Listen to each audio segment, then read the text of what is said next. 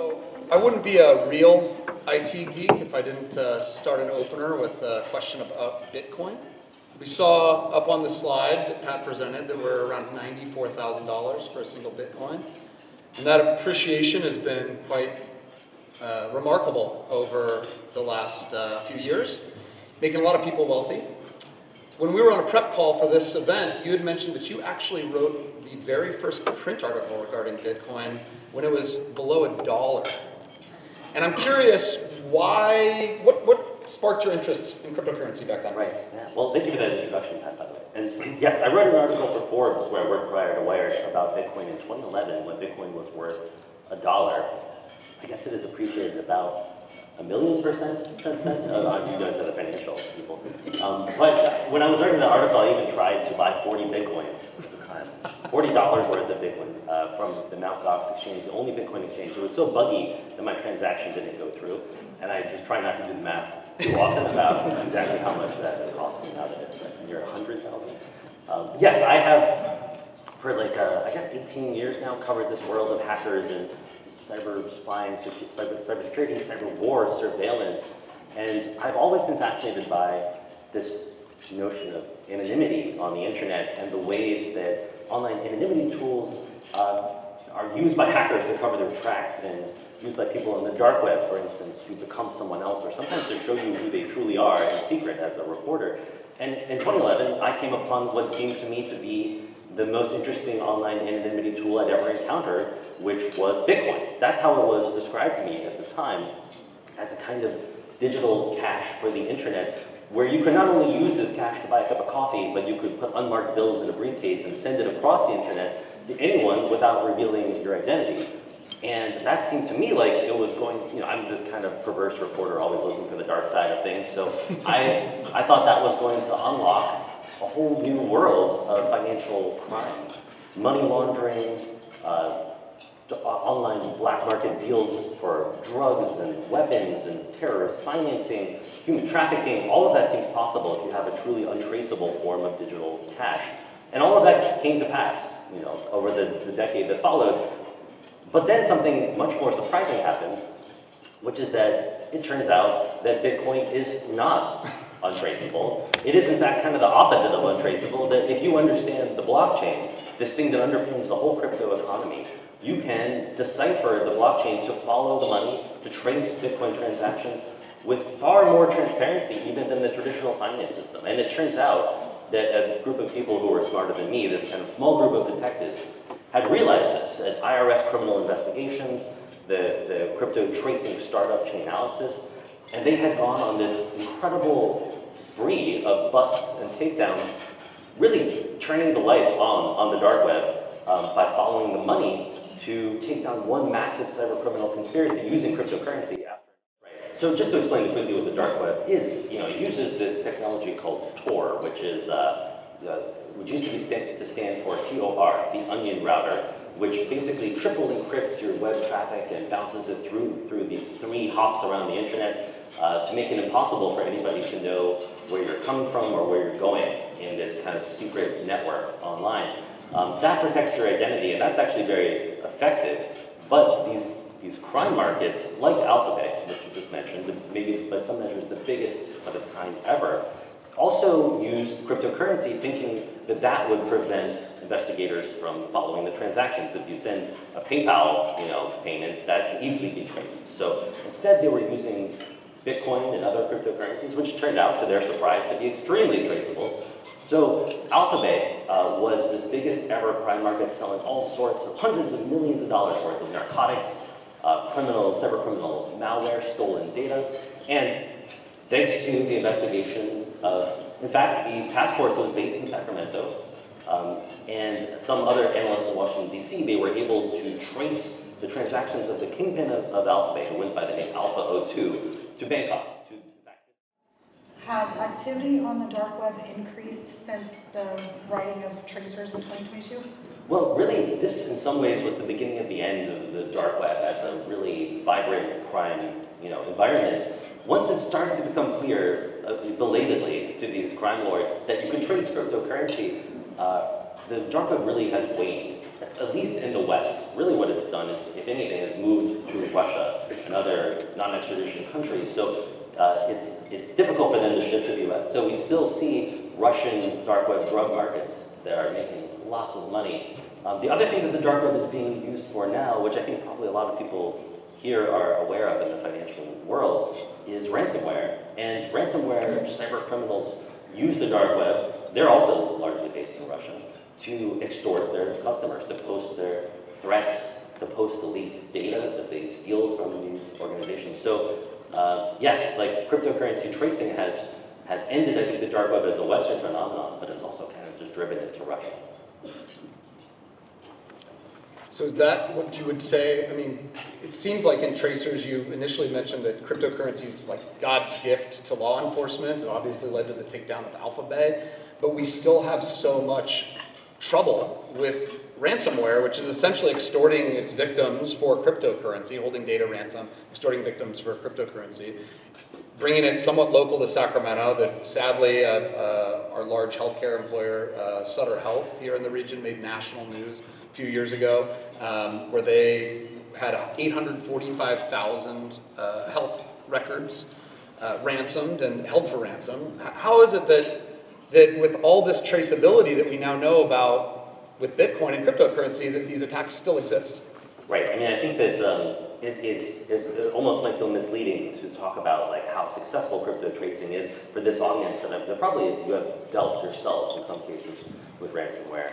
We've seen this absolute scourge on the internet grow into this enormous problem. In 2023, after this book came out, there was a record year. $1.25 billion were paid to ransomware criminals, and probably many multiples of that was done in damage by them, including, as you said, the Sutter, who lost, I think, 850,000 patient records in a league to these guys. So, yeah, the problem is, of course, that you can identify them through tracing, but you can't do that kind of sting operation that I just described when they're in Russia, where local law enforcement does not participate. It's not, really probably almost, I think that in some ways the Russian government enjoys the disruption that these ransomware gangs are inflicting on the West. So nonetheless, you can trace the money to seize ransom payments, to freeze them, to sanction the actors involved so that it actually, for better or worse, becomes illegal for the victims to even pay a ransom. And we've seen that happening. And actually, I just published a story this morning from Chainalysis. Chainalysis' data. They are probably the primary crypto tracing company in the world, and they found a massive drop-off between 2023 and 2024 in ransom payments.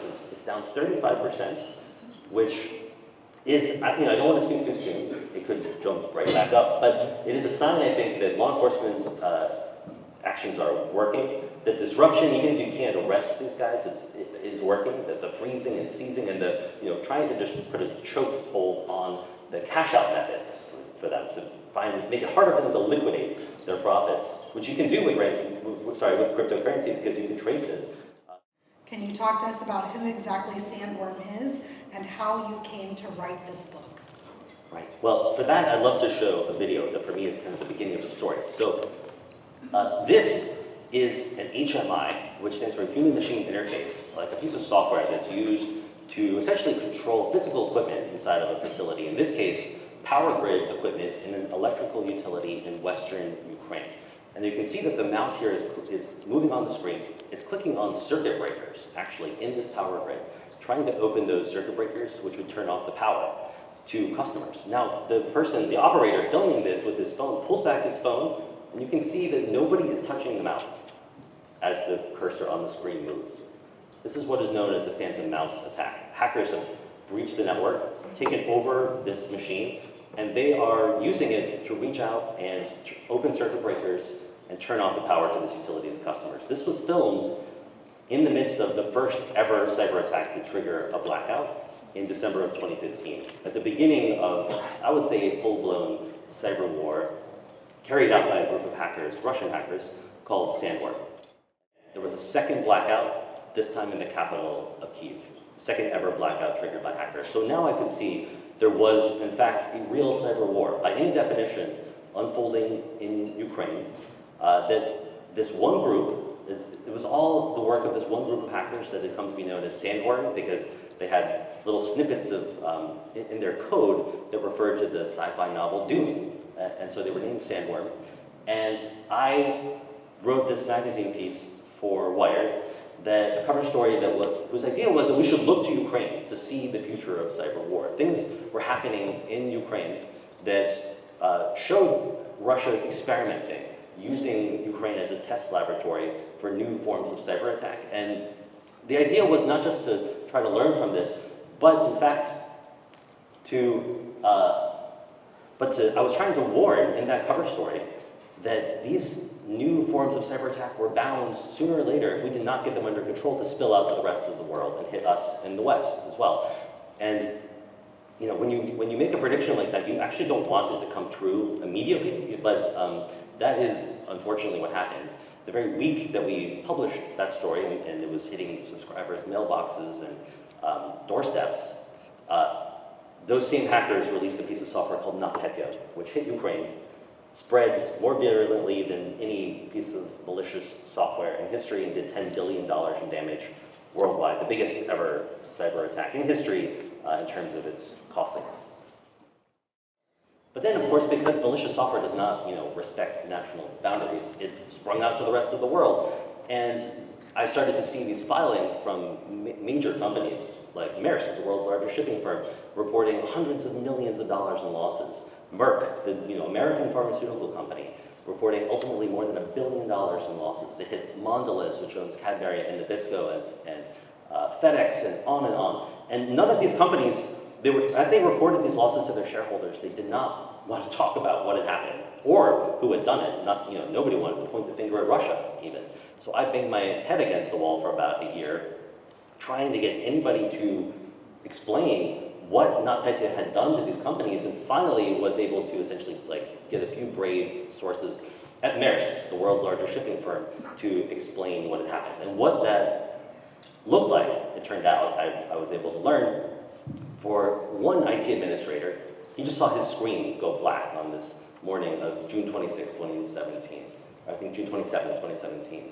He saw his screen go black, and he looks up from his computer in Maersk's headquarters to see if anybody else is having a problem, and he sees a wave of black screens across the room, just black, as NotPetya spreads by millisecond by millisecond from machine to machine, destroying them permanently. It looked like ransomware, but in fact that was just a ruse. There was no way to recover from this. You were writing about how NotPetya spread around Maersk, actually just how it spreads in general. And it uses this exploit that was actually developed by the United States NSA. It's called Eternal Blue. And it happened to be leaked to the dark web by a hacking group called the Shadow Brokers, as you wrote about. And I had this light bulb, wait a minute, as I'm reading this book, because I recognized Eternal Blue. When I was doing IT security work for River City Bank, we paid top penetration testing company, actually a boutique firm, but they had just the cream of the crop pen testers. And when they were trying to get into our networks at the bank, thankfully they were ethical hackers, they were using the Eternal Blue exploit kit. They were using Mimikatz and a lot of the same tools that you were writing about. And I went, holy cow, this is not just some tool set and breach methodology that affects nation state, actors and large companies. This is exactly what we're defending against at the local level. And that's when I tapped Steve on the shoulder and said, Steve, you got to read this book. I don't remember what it was. It was only a few years ago. And I said, you got to read this. This is exactly what we dealt with at River City in trying to keep the real hackers at bay. So thank you for that. Hospitals in Pennsylvania, for instance, that were directly hit by NotPetya had their medical records wiped. I saw evidence. I saw actual communications on Facebook from people who had their surgeries canceled while they were about to receive anesthetic, for instance. But I also spoke to Jackie Monson, who was the CISO of Sutter Health here in Sacramento, who was relieved to see that the dozens of hospitals within her network were not directly hit by NotPetya, but then over the next days began to realize that there was this larger or more subtle problem which was that those hospitals, many of them used a piece of speech-to-text software called Nuance, where doctors were able to read changes in the patient's medical records and it would be automatically transcribed. Nuance did have an office in Ukraine, was horribly hit by NotPetya, lost $100 million, but more importantly, that software was down in all of these hospitals. And in fact, it was a kind of silent failure where doctors were reading changes in the medical records that were not being made, and they didn't know it. So what I learned, was that a few days after NotPetya hit, I heard from an IT administrator in an American hospital, who asked me not to name which one, as a nurse approached her in this panic to say they had a child patient who was due for a surgery at another hospital, needed to be transferred, but they didn't know if the child had had the necessary tests because the child's medical records were incomplete due to this IT failure. They had this poor IT administrator had to hunt through 40 raw audio files, find the missing change, make it to the medical record. They managed to do this just in time for that child to have their transfer. But then this happened 3 more times in that one hospital in the week after NotPetya. So, I think all of those patients received their care. It's not clear if they had delays, but if you then think about, if you multiply this out, you think about, that's one hospital, and then we don't know of many cases of other patients, possibly in the same hospital, then across the dozens of other hospitals across the United States, possibly hundreds that were affected by this. And it starts to become clear to me that if, we have always been looking in the cybersecurity industry, kind of dreading when a cyber attack would actually cost a human life, and it's very possible that NotPetya was that first ever lethal cyber attack for someone, but we just, that fact has been hidden by the sheer scale of it. China is on all of our minds now, maybe even more than Russia. The answer has been kind of hard for me because China moves very differently from Russia. Its hackers operate very differently. For a long time, the saying was, I think I'm quoting like an NSA official here, that Russia is a hurricane, China is climate change. It happens very, their efforts are very slow, quiet, difficult to see if you're not measuring their effects over the long term. But now I am watching this one group that I actually do believe is the sandworm of China very clearly. They're called Volt Typhoon. They have very quietly, for a couple of years now, been penetrating American critical infrastructure, electrical grids, water, gas and oil, and then particularly around U.S. military facilities in the continental U.S. and in the Pacific, seemingly in preparation. They don't ever, cross the line and cause a blackout, as we saw in this video. They just get in position to be able to do it in the future. Eric, you work with businesses in the Sacramento region on a daily basis, and I know you have some thoughts on how we can reduce the likelihood of a cyber attack infiltrating our companies and mitigate the damage in the event we are victims of a hack. So do tell. Thanks, Pat, and thank you, Andy. I don't know about the rest of you, but anytime I hear Andy speak about these topics, it makes me want to just go out and buy a bunch of land, build a bunker, and prepare to live off the grid for a while. And I'm in this space, so it kind of freaks me out. Here's a stat that should have you sitting up a little bit straighter.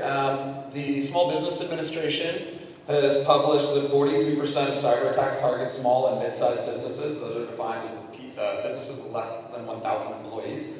But here's the reality. Even though I double-checked this and cross-referenced against the Verizon breach report, this percentage has to be significantly inaccurate, and here's why. Because most small company breaches never get reported. Large enterprises have compliance requirements. When they get hacked, they have to report. Smaller companies, not so much. They don't frequently make the news, don't have to report. If you think about it, I bet every business in here today has either suffered a cyber event of some sort for themselves or has somebody in their business circle, business network that has. So, I want to give you some practical tips and things that you can take back to your companies today to talk with your IT teams about when it comes to making your environments more secure. Things that I guarantee there will be at least one thing that you haven't heard before in an information security presentation. Something that's tactical. I'm going to bring it down, more local, out of the nation state space.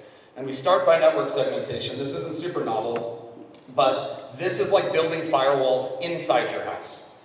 At a bare minimum, you're separating networks that don't need to talk to each other. So any business that has a public or guest Wi-Fi, that's like that's table stakes. That's got to be separated. There's no reason a guest at your business would need to talk to your other business systems that just need internet access. But other things like security cameras or door fob and security systems, get those isolated into other networks, separate networks that can't talk to your internal servers and workstations. Even in your primary network where your workstations are talking to your servers, it may make sense to have discussions around minimizing the types of traffic that's actually allowed to go back and forth between workstations, depending on your business operations. Next up, we've got endpoint detection and response. And this is your early warning system, all right? With traditional antivirus, signature-based antivirus, that's like having a security guard that's got a Rolodex of all known criminals, and they're sitting there looking at the person walking in the door, and they look at their list of known criminals, and they go, you don't look like that person, go ahead. And the next person comes up, no, you don't look like that person, go ahead. EDR is like an undercover detective, all right? They're sitting there lurking, they're watching what anyone's doing, they're looking for suspicious behavior. Even if they've never seen that type of behavior before, if it looks suspicious, EDR is going to alert on it. You can add this type of monitoring to your Microsoft 365 email solution as well, and that allows you to get alerted to anomalous mailbox access, malicious rule creation, and the ability to rapidly lock out a potentially compromised employee before further damage is done. This stuff's pretty new. Now, let's talk about ransomware canaries. These are a brilliant little trick. Imagine a fake file that no one should be touching in the ordinary course of business. You have these little canaries spread around, and if a hacker happens to encrypt it, the system immediately detects the attack and locks down the affected machine, preventing spread. It's like having a burglar alarm that goes off the moment a window is broken, and instead of waiting for the thief to rob your entire house. Okay, we've got a plan though for what if everything goes wrong. What if the technical measures fall down? Ransomware has gotten into your environment, it's encrypted your data, hackers have demanded a ransom, and you're locked out. This is where immutable backups come in. Immutable means can't be changed, can't be deleted, can't be encrypted. Even if hackers break into your network, they can't touch these backups. Here's a pro tip. If your backup system is part of the same Windows-based network infrastructure as your live data, you don't have a backup. What you've got is a second set of files just waiting to be encrypted too. Keep those backups segmented, protected, and make sure they're immutable. Now, ransomware games aren't just encrypting data anymore. They're stealing it now. They grab HR records, they grab financial data, they grab trade secrets maybe, and then they threaten to leak it online. Suddenly, not just dealing with downtime, but you're also facing lawsuits, fines, and reputational damage. Here are some actionable steps that you can take. First, any risk management process starts with identifying the risk. So identify what sensitive data your business holds. Every business is different. Try to minimize where possible that sensitive data, minimize the places in which it's kept, and then have a plan in advance for what happens if it gets out. And speaking of the plan, if a breach happens, do you have a game plan before? Most businesses scramble and are in panic mode. They're in 100% reaction mode. Instead, you can set up relationships before you ever have a breach occur.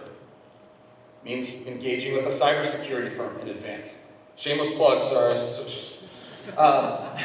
It also means engaging a cybersecurity law firm, a firm that specializes in handling legal requirements for things around crypto negotiations, ransom negotiations, the legal requirements around those disclosures. You can make those relationships in advance, and it's better to do so, because by the time you meet those contacts, it's already too late to start looking for them. All right, our final topic here. One of the biggest threats to your bank account is business email compromise. Andy even mentioned that for the first time we saw this decline in crypto-based payments that have gone on for ransoms. But the reality is that business email compromise for the first time, that decline happened in 2024. For the first year, business email compromise outpaced ransomware payments and losses for businesses. This is when hackers intercept email conversations by duping an unsuspecting employee, pretending to be someone they're not, and then changing payment details, wire, ACH in some fashion, and suddenly you've, through no fault, through not realizing it, you've sent $500,000 or more to some account that is controlled by an attacker that is not your intended recipient. And it's very, very difficult to get back. So, golden rule. Never trust payment changes via email. That should be communicated to all of your teams that manage money.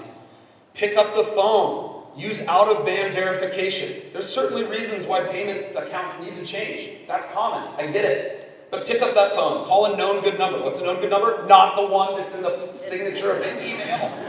Call the number that you're used to communicating with that vendor on. Get them on the phone. Not a text either, by the way. But call them, talk to them, make sure that that's a legitimate payment, and then blame your CEO for saying, I'm sorry, I have to do this, I can't send it until I verify it over the phone. Another simple tip is adding a fraud warning to the bottom of every invoice in your invoicing templates, and put it on your finance team's email signatures. We've started doing this at Foresight IT as well. Something along the lines of, we will never change payment details via emails.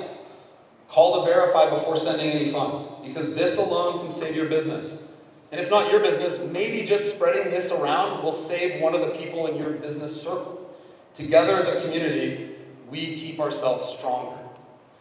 All right, with that, I want to thank you. I'm going to join my colleagues back here and we'll field questions from the audience.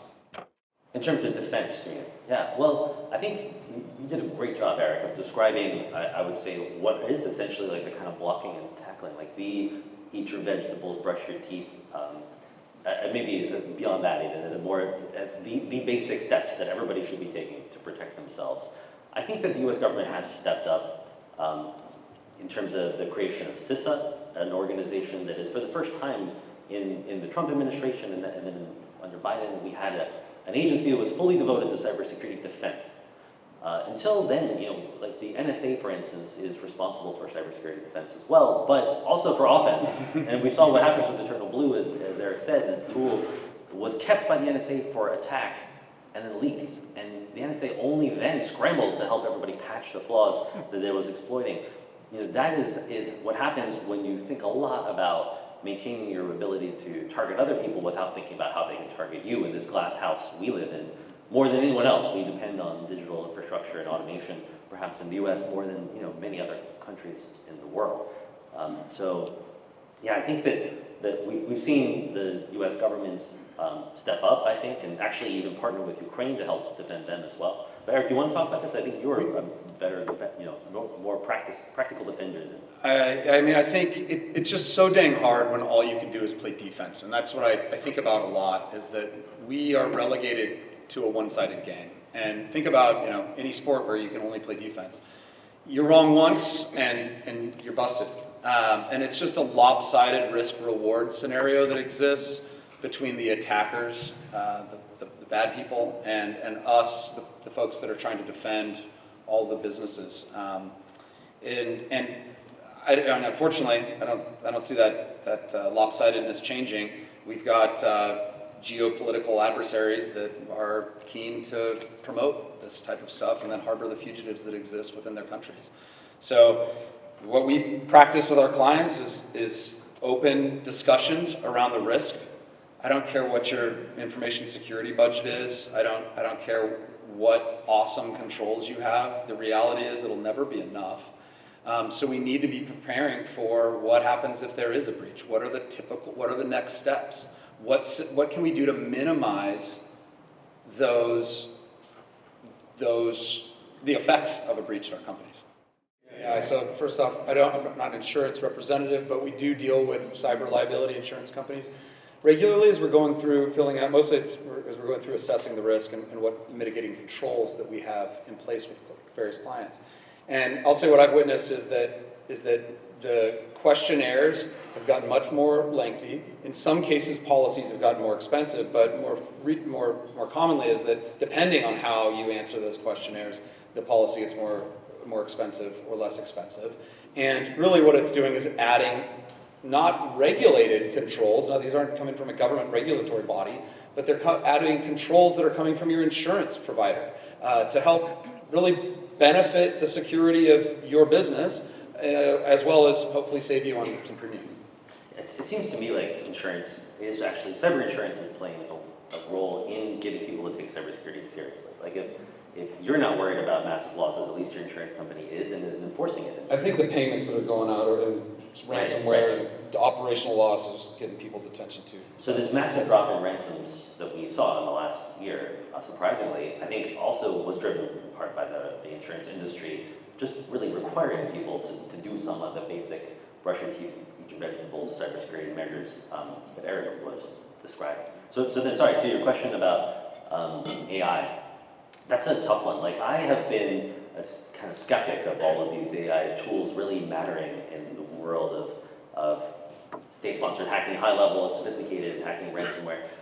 They seem more like kind of glorified productivity tools. Like, I can definitely see that low-level hackers who do not speak English well are writing better phishing emails with ChatGPT. That's a very real thing that has happened. But it seems, and I do think that there's a very real risk, especially in this business email compromise. I mean, Eric was saying, get someone on the phone. You may think you have someone on the phone, and it's going to turn out to be a deepfake voice that's probably recognizable now, but may not be in years to come. I mean, if you call a trusted number that you previously had, yours still should be good. But if you think that you're talking to a human is enough, you may be tricked in short order very soon. So yeah, I think that I do think that there's a role for AI as a productivity tool again, almost for defenders as well. Like if there's always been this fear that hackers will use AI to find those zero-day vulnerabilities. Like you'll have an automated tool that can just hunt out secret flaws in code and exploit them and break into systems automatically. And that sounds very scary, but then you think about the fact that defenders can do that too and patch those flaws. And if they may do it first. So it's in this cat and mouse game, AI will empower both sides, and it's not yet clear to me that it will actually give an advantage to the attacker. Well, I want to thank the audience for the great questions, and I'd like to thank our speakers for all of their insights. Let's give a raucous round of applause.